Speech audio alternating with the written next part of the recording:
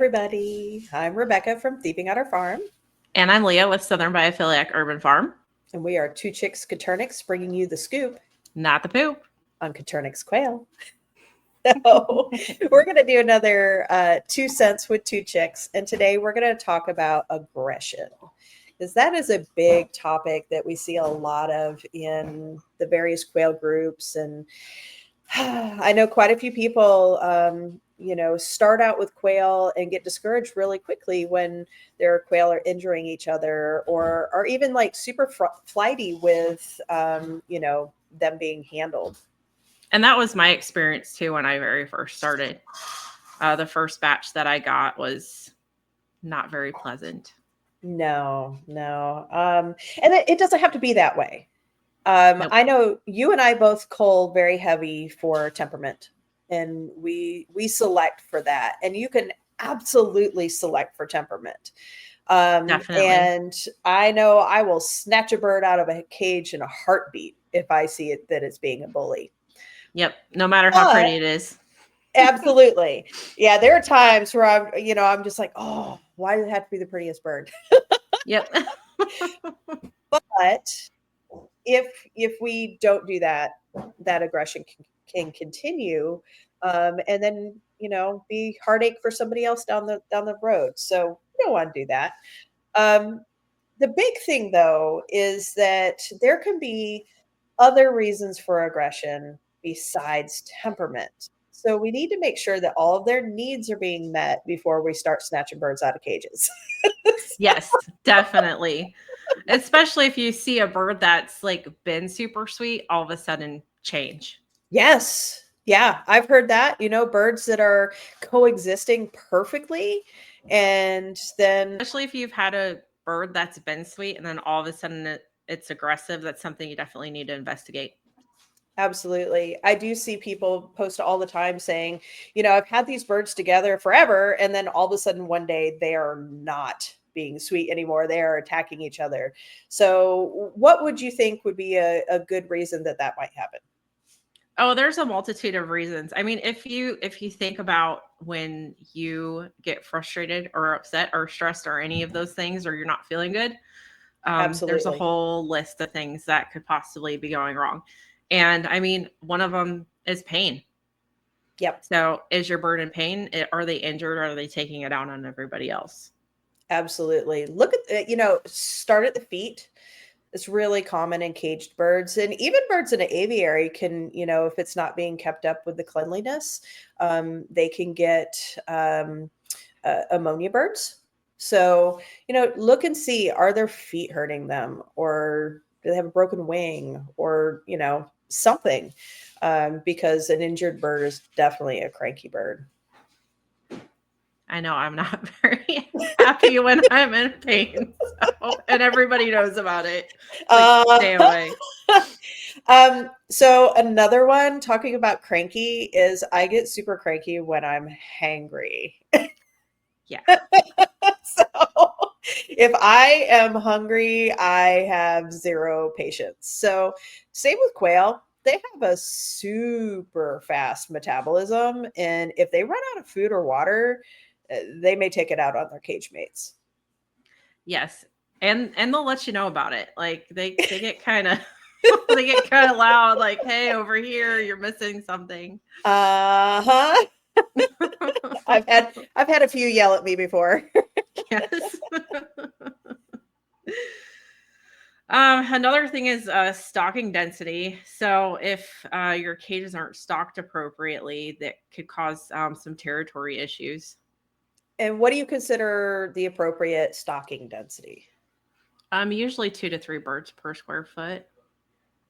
Yeah. And so what do you say about, like, I know the old way of doing it was one bird per square foot, and people are going to Google and that's still going to pop up. What are your thoughts on that? Um, it gives them a little bit too much space to Mhm. claim territories. And when they claim territories, they don't want anybody else in their space. Yep. So that's when they can get cranky. Yeah. It's just enough space that they can set up those territories, but not enough space that everybody can stay out of each other's territory. And then chaos ensues. Yes. Yes. So, with 2 to 3 birds per square foot, then they really can't set up those territories and they tend to live a more peaceful coexistence. They have to What, learn to share. yeah. What about with aviaries though? 2 to 3 birds per square foot would get kind of crowded in an aviary, wouldn't it? It definitely would. I'm trying to remember the aviary ratios. I I think don't know for, it's 1 to 3 square feet. yeah, I believe so. And the big thing is if you have birds on the ground, and you're trying to keep them at 3 birds per square foot, there's going to be so much poop produced that it's Yeah, going to be a total that's mess. gonna be a mess, especially if you get a lot of rain like we do in Florida. Yeah. Ugh. Yeah. So, 2 to 3 birds per square foot is more of like a cage thing. And with an aviary, you're definitely going to want to spread them out more. Right. So, another thing to think about is feed. So we talked about like making sure they have feed all the time, but the quality of the feed can actually play a role as well. So I know that from being friends with our friend Jeff Maddox, who's a poultry nutritionist, and if you haven't seen his shows with us, you definitely need to look those up. But Jeff talks about how there's methionine in feathers. And if their diet is short on methionine, they will actually eat each other's feathers to try to get that back in their body. So, if you have birds that are plucking feathers off of each other and then consuming those feathers, you might want to look at your feed. Yeah. And then introducing new birds is a big one. Oh, yeah, definitely. I mean, if you stuck somebody you didn't know in a room with me, I mean, try to make friends, but we'll see how it goes. Well, and as we talked about territories before, birds, even if they have the 2 to 3 birds per square foot, uh, they know when a new bird is in their cage and they know that that's their territory. They may not like it if a new one comes in. So, with breeding for temperament, do you see that a lot though? Not as often, Yeah. but I see it more often when someone's got a large established group and they're only adding 1 or 2 more birds. Exactly. Exactly. I don't now that I've been breeding for temperament for many years, I don't really see too much of a problem. I used to go through like this whole step-by-step process to introduce new birds, and I'm just like, oh, okay, you go in this cage. Yeah, I do the same thing. I don't have that problem anymore, except for maybe if I'm doing like pairs and I've had one bird in a cage and they've set up that territory, Yep. and then I'm adding this one new bird, and then yeah, there can be trouble. When you had to do the step-by-step process, what process did you use? So if I was doing a pair and one had been in the cage for a while, I'm removing all the birds out of that one cage. Mhm. So I'm taking them out. They're gonna go and time out in a carrier somewhere else.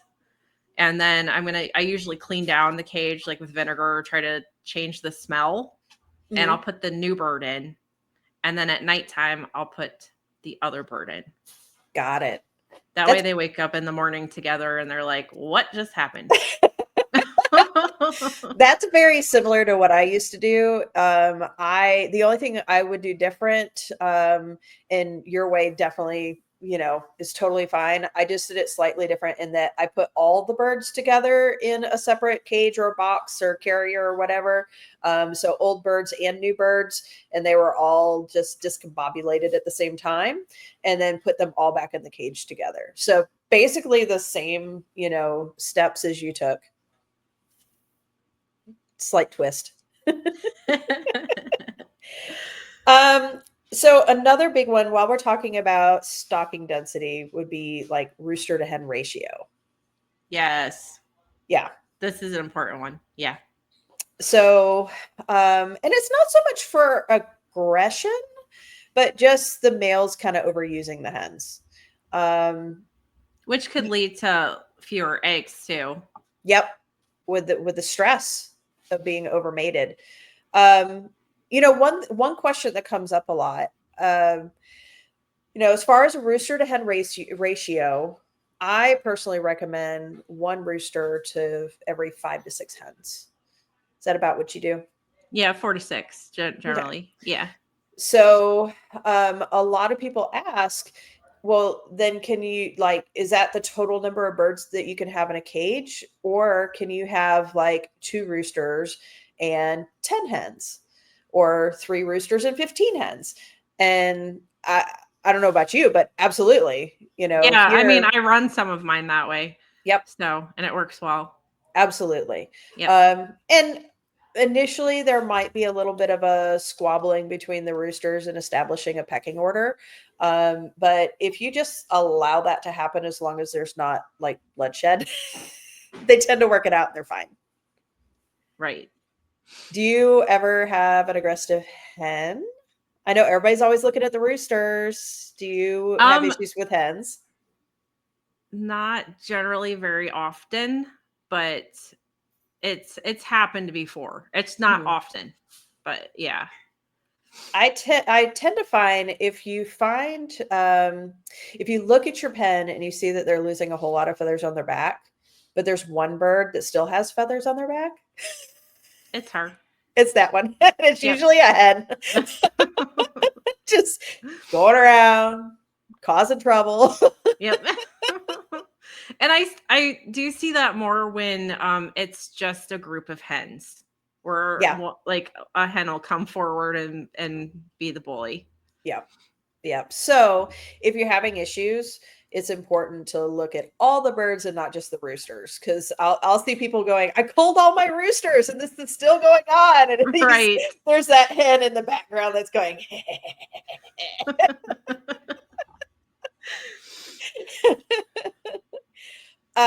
okay. So a second ago, you mentioned stress. Yes. And I know I can be really mean when I'm stressed. Amen. Okay, we talked about stress from overmating. What other types of stress can we come up with? Predators or perceived predators. Absolutely. What do you mean by perceived predators? Let's talk about that. The family dog, family cat. Yep. We're like, don't be scared of them. You see, Blackie every day, or it's right.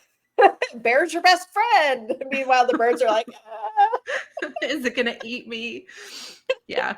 A lot of times, I actually, when people come to me and they've had issues with birds laying eggs, that tends to be the common denominator, is the family pet that is constantly around them and not leaving them alone. Yep. And something else that can cause stress, that causes stress for me, maybe not you have kids, but kids. I would say the younger kids generally, because the older kids are more calm and cool around them, but the younger kids sometimes don't know, and all their excitement, which is awesome. Yes. But sometimes it can scare them. Yeah. And absolutely, kids are just exploring and looking at them and loving on them, but that could be kind of stressful for the birds too. Let's see, what else can be stressful? Hormone changes. Oh, yeah, that's right. The days are getting longer right now because it's spring. And so all the testosterone and estrogen is pumping. Yep. Absolutely. Get those roosters a little overexcited. Yep. Okay, so we talked about light. What about too much light? I know if I was stuck in light all day, I don't even know. Yeah. I couldn't do it. I need my sleep. I'm cranky when I don't sleep. I've certainly heard of well-meaning people that, they hear that birds need a certain amount of light in order to produce eggs. And they think, well, I'm just going to leave the light on 24/7 and I'm going to get lots of eggs. And like you just said, that just makes them really cranky. They need a day-night cycle. So 14 to 16 hours is really max. You don't want to go past that. Yeah, and there's no reason to. They deserve a rest period as well. Absolutely. And intensity of light. You only really need a bright enough light to read by. You don't need a spotlight. Yeah. So Just enough to trick their brains that they think the sun is out. yeah, absolutely. Let's see. Did we get everything on our list? I think we did. That's pretty awesome. Okay, so the other thing that I want to bring up is enrichment. So it's always good if you have birds pecking at each other, give them something else to peck at. Yes. And give them something else to do. If the only thing that they have to do to occupy their time is to run around chasing each other, then give them something else. So here on our farm, we use like hanging cuttlebone toys, which also gives them some calcium. There's pecking stones. You know what? I've even like tied a zip tie with a little flap they love inside zip the ties. cage. They love playing with those. It's like hilarious the to cheapest watch toy them. ever. Yeah. Do you have anything that you use for your birds for enrichment? Well, sometimes I'll give them fruit. Oh yeah. Just as a snack, and they just enjoy it. During the hot weather, sometimes I'll put ice cubes in a bowl too, and they like to jump in and play in there. Cool. Or even sand baths work well too. Oh yeah, sand bath. Yeah, there's lots of different things. I think we need to do an entire show on enrichment. I think so too. So needs to happen. Needs to happen. Well, before we close up here, let me just do a special thanks. Want to say special thanks to Josh Kaler for providing our theme music. You can visit Josh at joshkaler.com, and Ariel Parker for doing our graphics and logo design. And you can find Ariel at Savage Daughter Farm. Well, thank you, everyone. Make sure to like and subscribe. Have a great night.